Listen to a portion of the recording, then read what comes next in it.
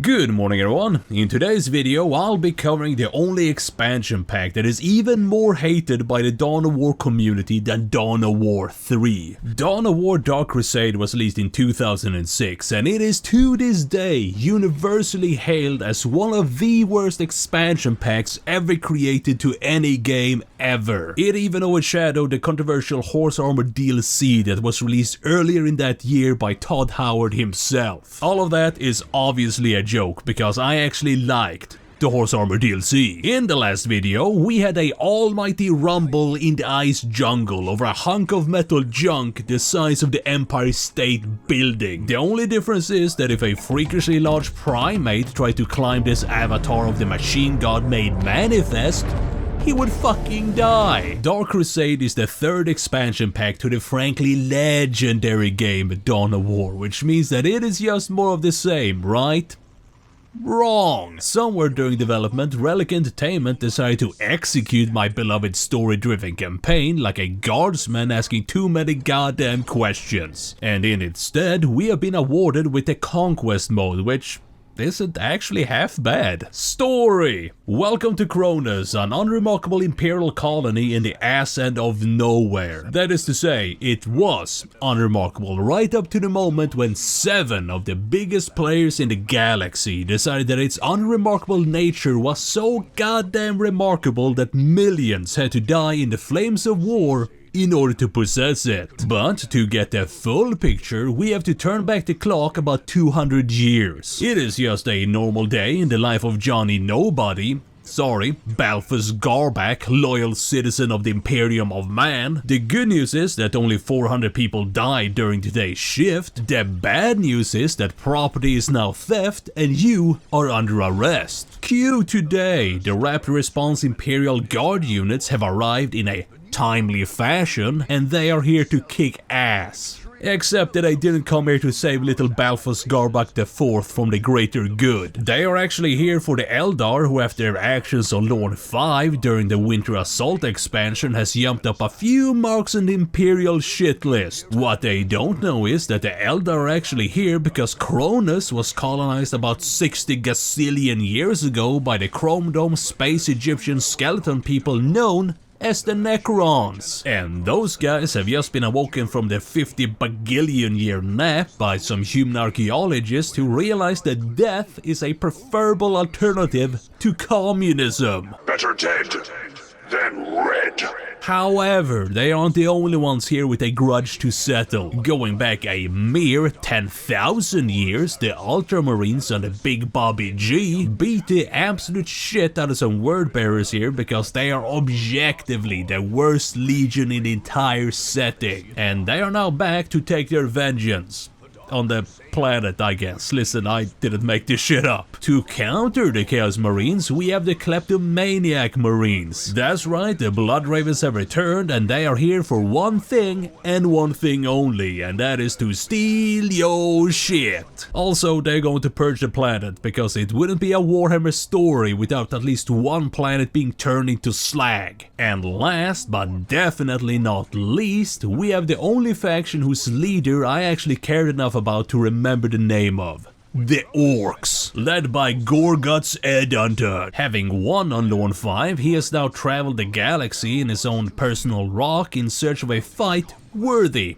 of his time. Okay, so now that you know the story and the major players involved, let's talk about the gameplay. You have 2 main modes to choose from, Conquest and Skirmish. Skirmish is your standard XVX grudge match where all that matters is who can drink the most monsters without dying, or who picked the Necrons first. Because if you can't beat their APM, picking the OP faction is always a good option. Conquest, on the other hand, is way more relaxed. Mostly because you are playing against the AI and not the Lars, who have been playing this game religiously for the past 20 years. To play a game of Conquest, you first have to choose one of the 7 factions to play as, and I will tell you more about each one later on, so don't worry. Having done that, you are presented with a planetary map of Kronus. It is divided into 25 regions, and only by holding all of them and exterminating the opposition will you know the sweet taste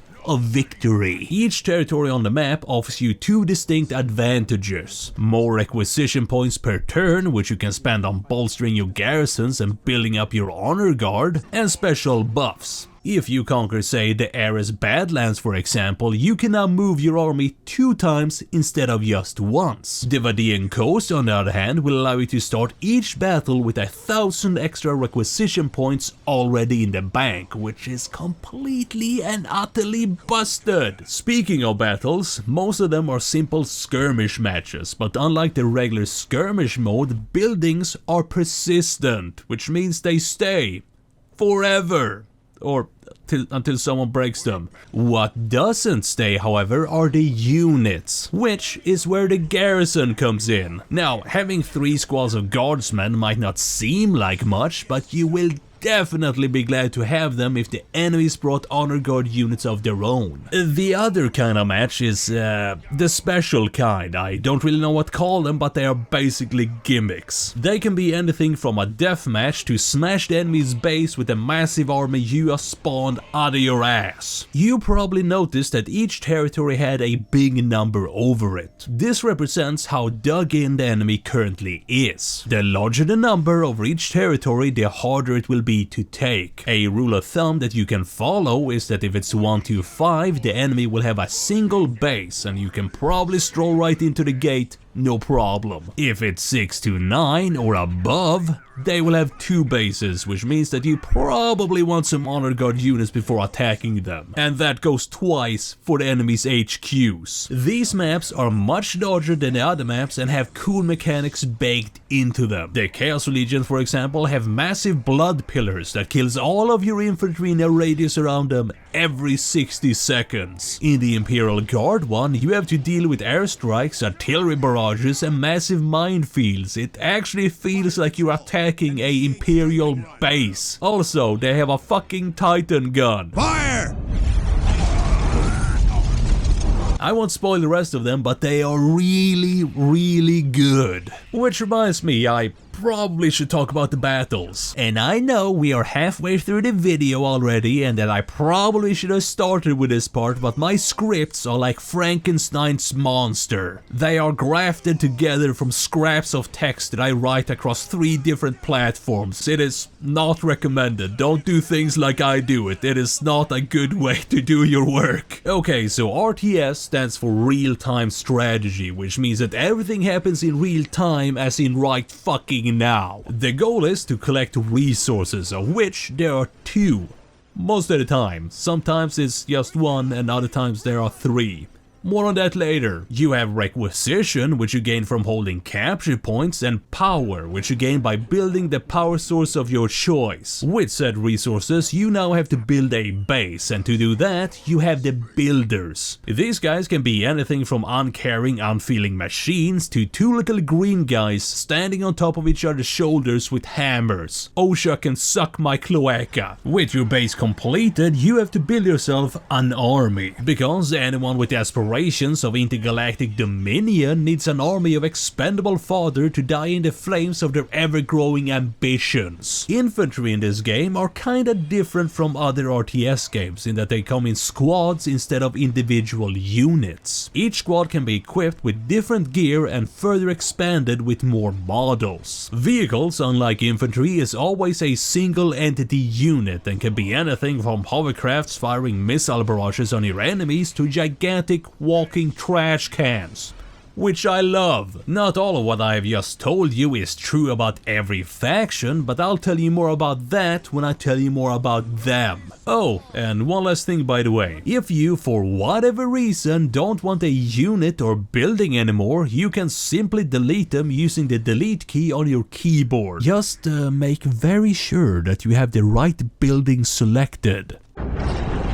Okay, so now that I have told you about playing the game, let me tell you about the real juice. the factions. And we will of course begin with the evil ones, the weeaboo space communists. Okay, fine, the town might not be as bad as everybody makes them out to be, but it is such a meme to hate on them at this point that I can't imagine a world where that isn't the case. They are, in my humble opinion, the textbook definition of chicken shit cowards, preferring to do the fighting from extreme range with their pulse rifles and mobile suit Gundams. Okay, the mobile suit Gundams are pretty fucking awesome, not gonna lie. But that doesn't change the fact that they are cowards. Because when the long range doesn't work anymore, since an orc with a rocket strapped to its back suddenly stomped their goddamn heads in, they instead use stealth tech that renders them completely invisible even when firing, which doesn't make any sort of sense because they are firing blobs of superheated plasma, which is about as stealthy as a chainsaw to the face. Their crude auxiliaries, on the other hand, I can respect. The descendants of Big Bird himself will go toe to toe with you in honorable combat. Sure, they will eat you afterwards to claim your power as their own, Highlander style, but that's just life, guy. Even my dumbass can see that the Tau is a very strong faction, but I didn't really feel it. I can't put my finger on why, but they are not for me. Which handily brings me to another faction that definitely isn't for me. The Eldar. God, just thinking about these guys makes me wanna throw the fuck up. They are basically a carbon copy of the Tau, except that they are completely fucking different. They are arrogant, acrobatic, and got them super wrinkly brains, granting them brain powers no one gives a shit about. To my credit, I actually managed to play them for a whole single battle before I just had to stop. It wasn't like I was planning on winning the entire campaign with every single faction in the first place, but I still managed to play a solid 2 or 3 hours with every faction before getting my opinions down on paper. And I hated every single moment of the Eldar so goddamn much that I just had to stop. Their buildings are weird, their playstyle is cowardly, and their voices drive me up the goddamn walls. Our cries herald the coming of great pain for our enemies. Swiftly, sisters! Except for the Warp Spider Squad, because they just put the vibrato sound effect over that shit and it was hilarious. Fully materialized. We are taking damage for war. Quickly. Take us to the battle. In other words, if you're on Eldar main, you have my respect and my condolences, because I am going to send your soul screaming to she who thirsts where it belongs. Sincerely, fuck you. No, I'm just kidding, I love you, please don't go. The Blood Ravens. While the Space Marines are traditionally seen as, quote, the good guys, they are definitely not the good guys, okay? Maybe the Salamanders, but everyone else, they are definitely not the good guys. This time, they actually just came to pick up some stuff they forgot about 10,000 years ago and to throw out the trash. By which I mean exterminatus the shit out of the whole goddamn shebang. I absolutely love playing as these guys. They might not have my boy Angelos in command anymore, but they are the perfect mix of in-your-face with chainswords and flamers, together with the long-range firepower with the heavy bolters and missile launchers. Also, dreadnoughts. I am actually having a very hard time choosing a favorite faction, but the Blood Ravens are definitely in the top 3 with the Guard and the Orks. They just fit my playstyle perfectly, and their linear progression in terms of buildings and units is easy to understand, and they don't frighten me with massive walls of text like the Eldar or Tau does. To counter these kleptomaniac marines, we have the Forces of Chaos, more specifically the Word Bearers, who are still the worst legion ever conceived. Fight me. They are kinda like the Loyalists, but with a little bit more spice in the form of gimps, demons, and a burning passion to build furniture out of skulls. Preferably those of their enemies, but they will take whatever they can get their hands on, because we are after all just pilots in our very own spooky boy mechs, and I will not be convinced otherwise. Okay, I actually kinda like playing as the Legions of Chaos, because they are kinda like the Blood Ravens, but I also kinda don't like them because they're not the Blood Ravens. Also, their cultists and builder units are super annoying to listen to. Like, we get it, you worship chaos and you hope to get blessed with superpowers. Now shut the fuck up before you go in the giant anus. Bless us, Great One.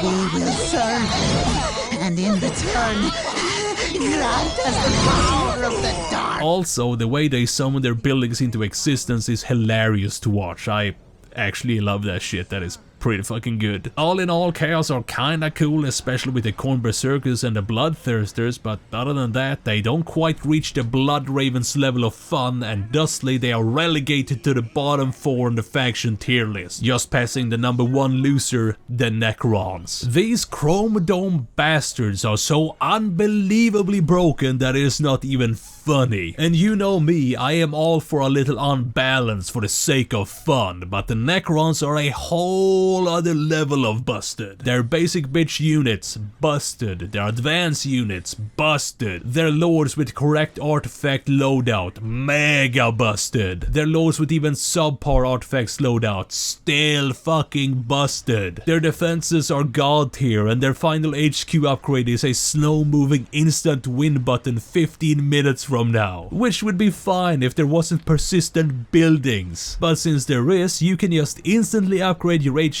at the beginning of a defense and crush your enemies like the rulers of the galaxy you are. And on top of all of that, your units are free, and buildings and upgrades only cost energy, which you have plenty of. To counter this, however, each subsequent unit built is considerably slower to make than the one before. But to counter that counter, you can just build monoliths on capture points and speed things up by up to 100%. In other words, the Necrons are super fucking broken. Sure, their infantry and the mega monolith of death and despair is super fucking slow moving, for the most part, but that only means that our enemies will die in 10 minutes from now instead of 10 seconds from now. They are actually very fun to play, but they are super fucking busted, and therefore they are relegated to the shit tier with the rest of the scum. Which handily brings us to the border guards tasked with keeping the Imperium safe from the Xeno, the Witch and the Heretic. The Emperor's Hammer, the Imperial Guard. It is no secret that I absolutely adore the Guard. So if Games Workshop or anyone working for Games Workshop wants to send me all guard models they have, plus all the glue and paint I will ever need,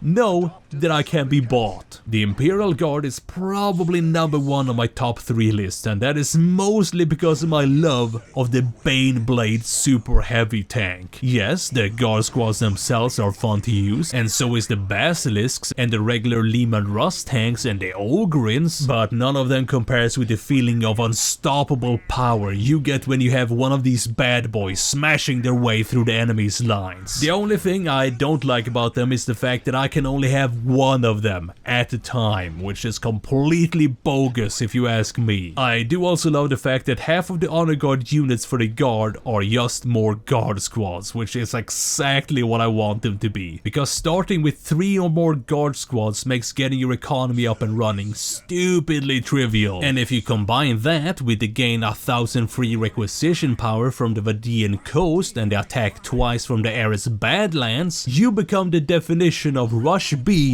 no stop. And that leads me perfectly to the last faction, the Orks. Okay, so I know that I literally just said that the Guard were number 1 on my top 3 factions in this game, but I just love the Orks so goddamn much that I don't think that I have any other choice but to put them as number 1 as well. And it is not that I love any units in particular, except maybe the Trash Can or Gorguts himself, who is a goddamn beast. It is just the vibe and feeling you get when you play as them. I just stopped caring about what was going on and went with the flow. With the other faction, it is all build orders and troop management, but with the Orks, I just build my boys, right click to add more Orks forever, thanks for that by the way, and send them in. If they survive, great. If they die, who gives a shit? The second wave is already on the way. The Orks, like the Necrons, are a little bit special when it comes to their economy. To unlock the more powerful units and buildings, you don't just need to have the requisite buildings, you also need to have enough WA, which you get from having more WA banners. The higher the WA, the more tech and the more boys you can have, which means that if you lose your WoW banners, you won't be able to feel as many boys and your research will go down. Okay, I think we're getting kinda close to the end here, so let's wrap things up. If it is your first time playing the game, choose the Blood Ravens or the Guard. If you wanna win, pick the Necrons, and if you wanna have some fun, definitely go with the Orks. And if you don't have any taste or just wanna learn how to counter any of the other factions, pick one of the other factions. I'm not gonna lie to you, when I started making this video I wasn't really feeling it. I was kinda mad because they removed my story campaign and I wasn't sold on the whole Conquest mode. But as I got into it, I actually started to enjoy it quite a bit. I wouldn't say that I like it more than the original because it's such a different experience, but if I had to choose one to play for the rest of time, I would probably choose Dark Crusade simply for the replay value. And while it is extremely easy to cheese on normal difficulty, it is enough here to keep you entertained for at least 30 to 40 hours, and I haven't even touched on the mods. I didn't really try them out because I had such a good time as it was and I decided to just roll with it. I might make a separate video about it in the future if people really want me to, but I think I'll leave it here for now. Dawn of War Dark Crusade is a surprisingly enjoyable experience and I definitely would recommend it to my fellow arrow key enjoyers. And with that, I'd like to thank you all so much for watching. Feel free to leave me any recommendations on what to play next in the comments, and I will see you in the next one where we'll put some grudges up against the wall execution style. Peace!